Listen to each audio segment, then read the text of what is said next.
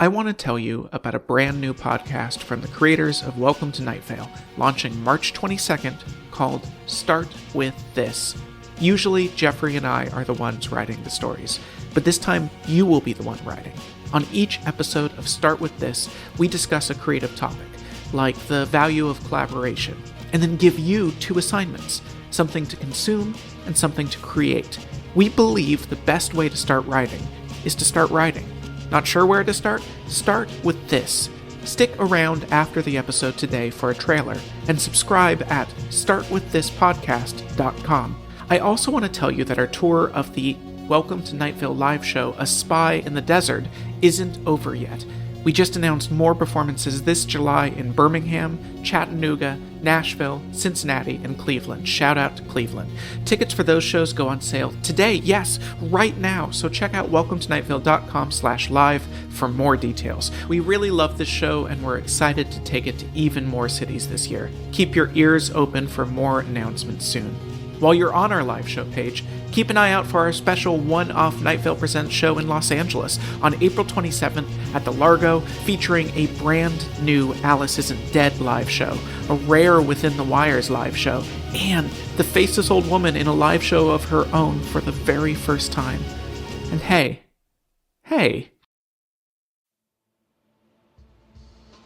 It's turtles all the way down, but man, it's kittens all the way up. Welcome to Night Vale.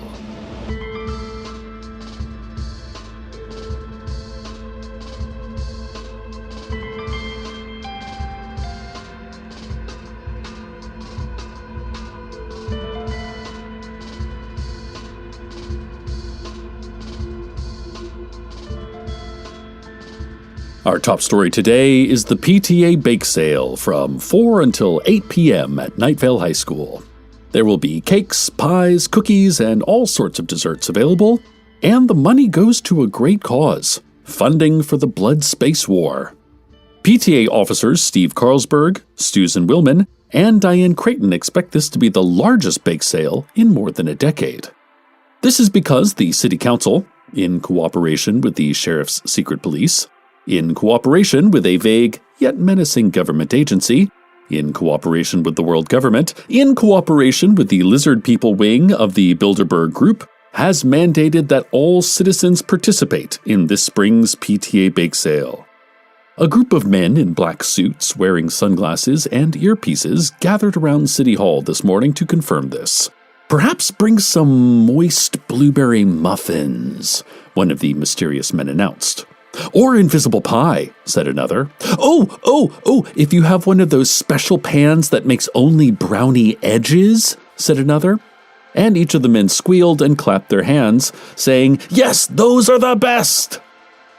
So head on down to the high school and buy and sell some tasty baked goods for a valiant cause. It's illegal not to. In related news, more than 200 soldiers died yesterday in the bloodiest battle yet of the ongoing Blood Space War. Not all have been identified, but we have learned that Corporal Wayman Davis and Sergeant Yasmin Alphonse, both residents of Night Vale, are believed to be among those killed. Officials from Intergalactic Military Headquarters said no armistice is in sight, as they are not certain who they are fighting, what they are fighting for, and when the fighting is even happening.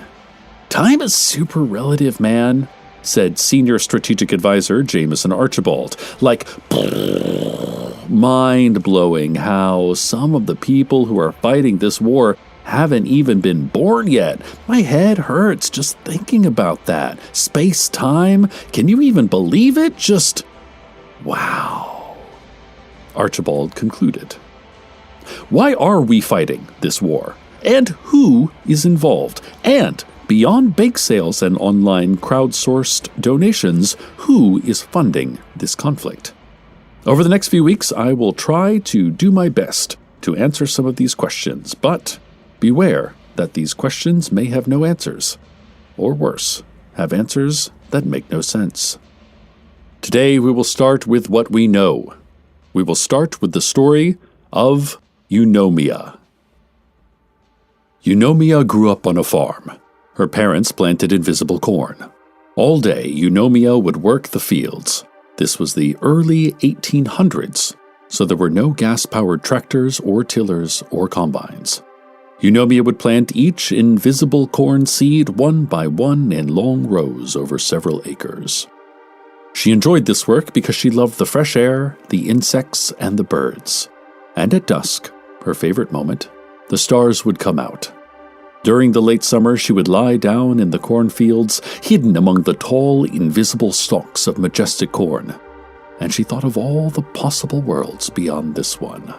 Eventually, her mother would call her home for dinner, and the next day, Eunomia would dream about those worlds while culling the ripened corn, anxiously awaiting the disappearance of the sun so she could comprehend the infinite possibilities of a life that was not this one. On her 17th birthday, Eunomia went out to the cornfield, but never returned. When her parents went to look for her, they found a large, perfectly round clearing. There was no corn in this circle, only flat dirt, Eunomia's packed lunch, uneaten, her diary, her tools, and the clothing she had worn that morning, the last time anyone saw her. In the 1980s, librarians at the Night Vale Public Library found Eunomia's diary, which historians had long thought to be either lost or legend. The librarians said they found it underneath the second-floor Dr. Pepper machine. A bibliophile or historian must have hidden behind the vending machine, trying to escape hungry librarians, but left the artifact behind when that person either escaped or was eaten.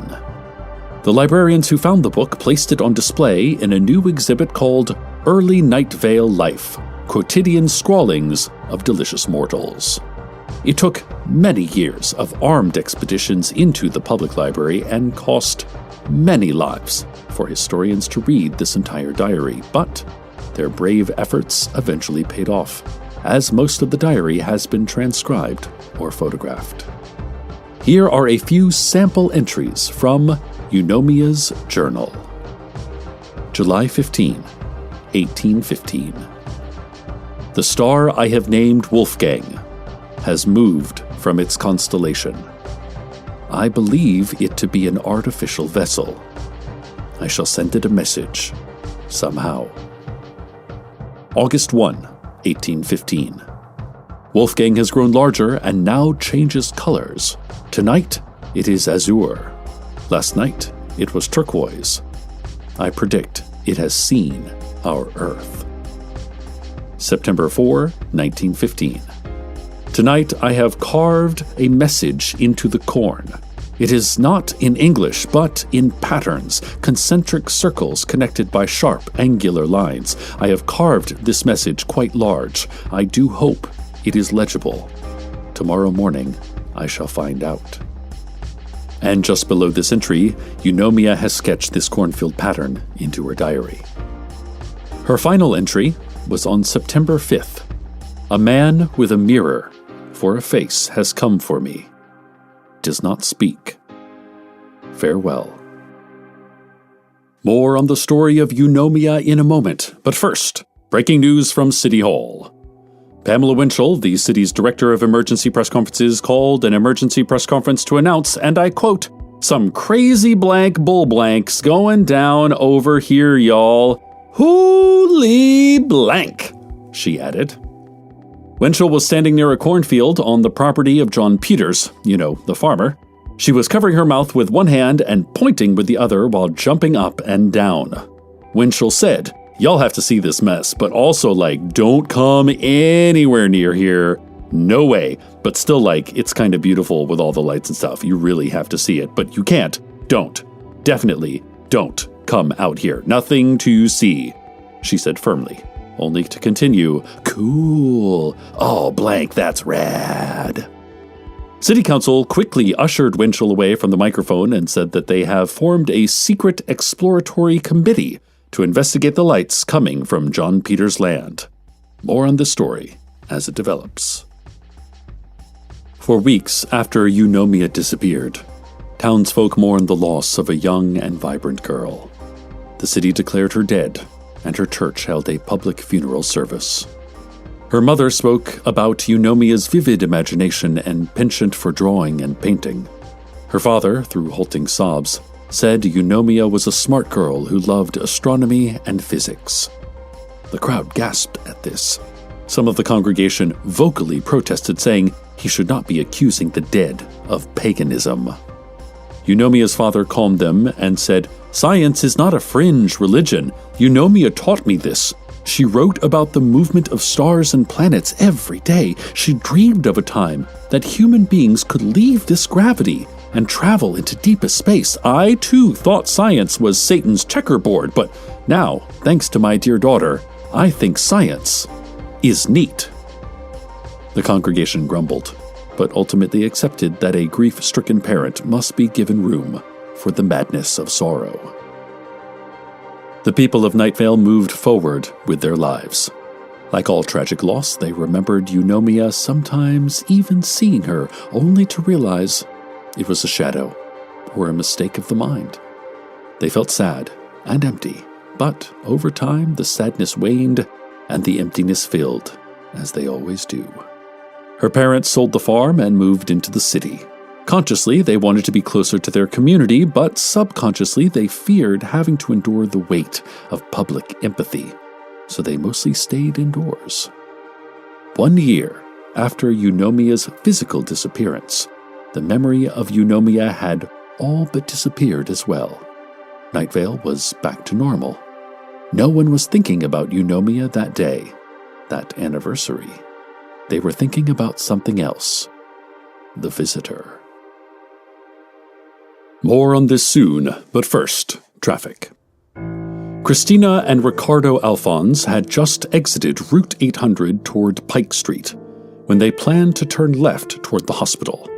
Ricardo was driving quickly as Christina was in immense discomfort. She was 8 months pregnant when contractions began only half an hour ago. Fearing the complications of an early birth, Christina did not outwardly panic. She inwardly panicked. She grew quiet and still as her body began to convulse and her guts began to churn. She turned to her husband and calmly stated, "Ricky, the baby's coming." Ricardo, having read nearly a dozen books, including The Physiology of Pregnancy, The Psychology of Infancy, and The Ontology of Relevancy, felt prepared for even this most unexpected of moments. Inwardly, he did not panic. Outwardly, he was a blubbering mess. He rushed his wife into the car and on to the hospital, going well over the speed limit, asking Christina if she was remembering to breathe. Christina repeatedly asking Ricardo to slow down and confirmed she was breathing. A minor accident between a top-secret military transport truck and a 2011 Honda CR-V along Route 800 near Exit 12 had slowed the couple down by a few minutes, and during that traffic jam, Christina turned on the radio to take her mind off her body. She heard a news update about the Blood Space War and the tragic deaths of 2 Night Vale soldiers, one of whom was named Yasmin Alphonse. Christina and Ricardo Alphonse knew they were expecting a girl. They knew they would name her Yasmin, because it is a beautiful name. Ricardo laughed at the dark humor of the improbable coincidence, but Christina neither laughed nor believed it to be a coincidence. They arrived at the hospital with plenty of time to spare, and 3 hours later their daughter Yasmin was born. Christina had decided to give her a different name, but when the nurse who was filling out the birth certificate asked, Christina said Yasmin, as she was unable to say anything else. It was like that moment had already happened, and she was only remembering it. So, expect 15-minute delays on eastbound lanes of Route 800 near Exit 12. This has been Traffic. On the anniversary of Eunomia's disappearance, an astronaut arrived in Night Vale. The early 19th century villagers did not know what an astronaut was, so what they saw was a puffy silver humanoid with a mirror for a face. The astronaut suddenly appeared in the center of town, roughly where the dog park is today, and walked silently through the dusty streets. Crowds gathered and followed the stranger, all the while pointing and warmly shouting "Interloper," in hopes that the frightening figure would show signs of benevolence. The astronaut, bow-legged and slow, walked without speaking toward the outskirts of town, It took hours, and by the time the visitor stopped, nearly the entire city had followed. There was a greenish aura about the astronaut as they turned to face the gathered mob. The astronaut lifted their gloved hands to their neck and unlatched the helmet. There was a loud hiss and a pop, and the mask lifted. The crowd tentatively approached the stranger, and as the helmet came fully off, the townsfolk cried out in horror. The face of the visitor was nearly skeletal, a rotted corpse, long white hair peeling down the back of the skull, an incomplete set of elongated teeth visible with no lips to hide them, startled eyes ever staring with no lids to express anything else, and what was left of the skin had shriveled and yellowed. The crowd had begun to step backward, but one woman stepped forward. A tired and pale woman approached the decomposing astronaut and said, "Eunomia?" The astronaut opened her mouth slowly and spoke in a hoarse cough. "Mother," the astronaut said. Eunomia's young mother touched her elderly daughter's face. Eunomia broke into dust, and the empty spacesuit collapsed to the ground. More news, but first, the weather.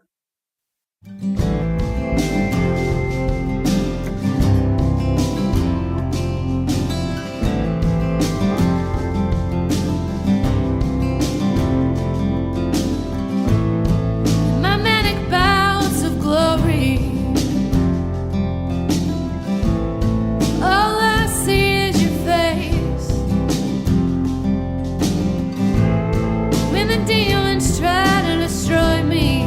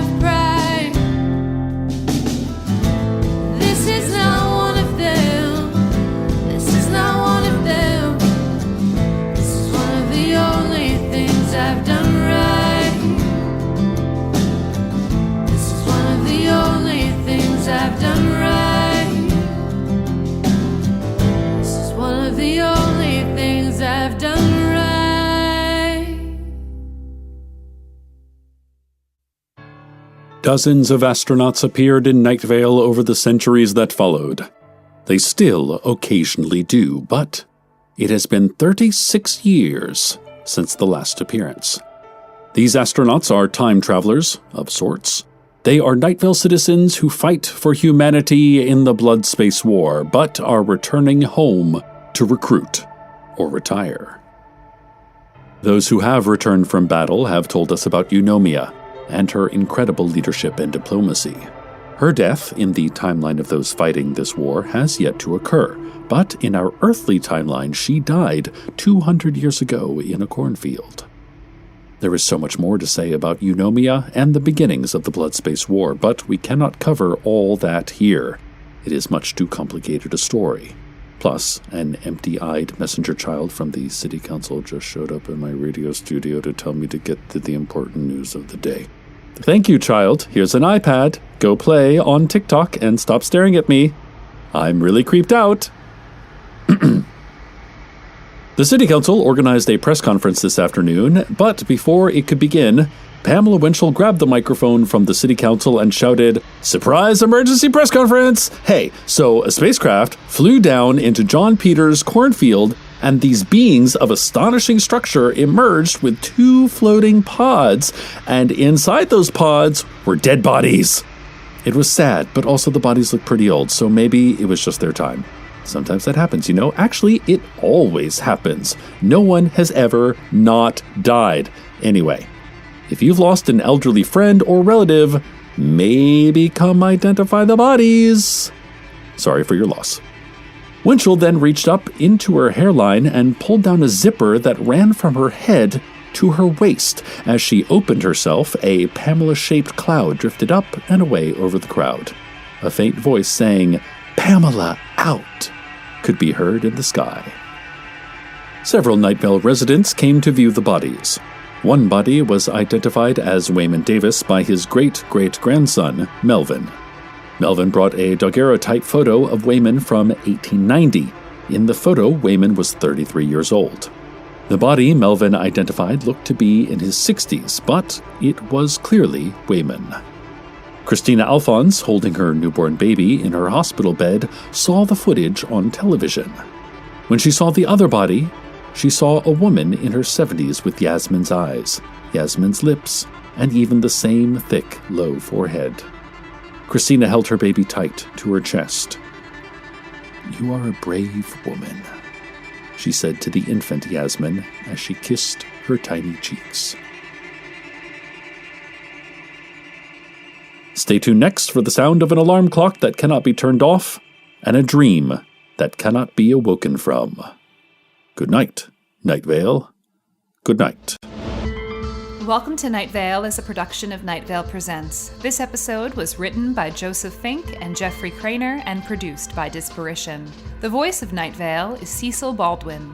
Original music by Disparition. All of it can be found at disparition.info or at disparition.bandcamp.com. This episode's weather was The Only Thing by Allie Holder. Find out more at allieholder.com. Comments, questions, email us at info@welcometonightvale.com or follow us on Twitter at Night Vale Radio. Or lift heavy things until you can lift heavier things. Check out welcometonightvale.com for more information on this show and our new script collections, The Buying of Lot 37 and Who's a Good Boy, available for pre-order right now. Today's proverb: talk to your kids about the birds and the bees. Never look directly at birds, you should say to them. And bees, don't get me started.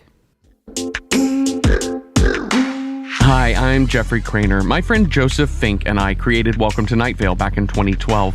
We've been writing partners for a pretty long time, and normally Joseph and I are the ones turning our ideas into narrative podcasts, but we decided that for our new podcast, called Start With This, it's you who will do the creating. I had always edited my own work in a very specific way, which was basically looking for everything that was wrong. In my head, if it was good, cool, you don't have to think about it, you just look for the things that aren't working and you fix them. And the first time we sat down, we had given each other writing assignments, and I had read through yours, and I immediately went into that mode of like, here's some things that I think we could fix. And you kind of stopped me and were like, hold on, a way more effective way of looking at this. And this has changed how I edit my own work, because I think it is a much better way of looking at work, and it's certainly a better way of collaborating, is instead of looking for, here's the things I think aren't working, is what in here is really good and excites you, and how can we build on that? On each episode of Start With This, we'll discuss a topic, say like on the value of collaboration. I think some of it is self-confidence. Is the idea of needing somebody to kind of tell you what's good and bad. You know, if you're cooking, it's nice if you can have somebody there to taste it and make sure it tastes fine, because you get caught up in your own process and you feel like I have one of two gears when I write things, which is, holy cow, this is amazing. I'm the best writer that ever lived. And the other is like, I'm garbage. Like, I'm an absolute garbage writer and I don't know what I'm doing. And so it's nice having somebody else to temper that. Or writing visual descriptions for a non-visual medium. When you make a show without visual elements, you really have to think about the things that spark visions in your imagination. If you say someone has green cowboy boots, I mean, I see green cowboy boots, but in a way less vivid than if you kind of write around the visuals and give me more a sense of the atmosphere. What is this person like? What is this bar they're in like? What is this diner they're in like? The two places you can set a story, the bar or the diner. Right? And then after that, we'll give you two assignments, something to consume and something to create. You can share your work on our membership forum to see what other people are up to. You might even find a creative partner in the process. We want you to start creating one assignment at a time, because the best way to start writing is to start writing. Not sure where to begin? Start with this. So go subscribe now to our brand new podcast, Start With This, on startwiththispodcast.com or wherever it is you get your podcasts, from a podcast tree maybe. The first episode is March 22nd.